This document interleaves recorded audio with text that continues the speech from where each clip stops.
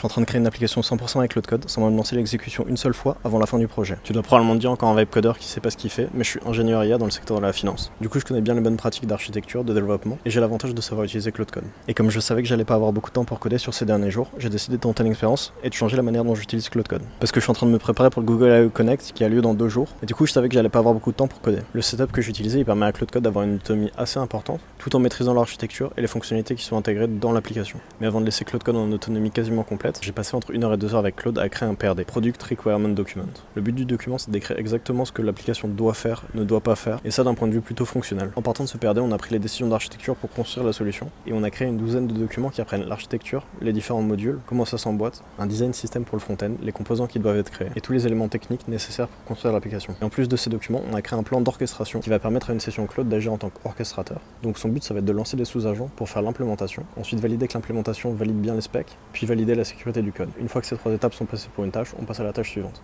Et je disais que dans le workflow, Claude Code était quasiment autonome. Le point sur lequel il l'est pas, c'est que dans le plan d'implémentation, on l'a découpé en phases, et qu'après chaque phase, il fait un gros check, il va lancer un build, il va lancer le projet tout seul, il va regarder l'interface, et il va valider différents objectifs. Une fois que c'est validé, il pose, il me donne la main, et là je peux faire à peu près ce que je veux. Si ça me convient, je vais dans mon autre session Claude, je lui demande un prompt pour continuer, et dans la session de l'orchestrateur, je fais un /clear, je copie-colle le prompt, et c'est reparti. Et du coup, ça me demande pas énormément de temps devant le PC, et en plus avec la fonctionnalité Remote Control, je peux superviser l'orchestration à distance depuis mon téléphone. Pour le résultat du projet, je le montrerai probablement après la Google I/O Connect. Je devrais revenir chez moi dans 3 jours, du coup on verra ça probablement dans le week-end. Et si t'es intéressé par le dev IA, moi c'est Nicolas, je fais une vidéo par jour, abonne-toi et à demain.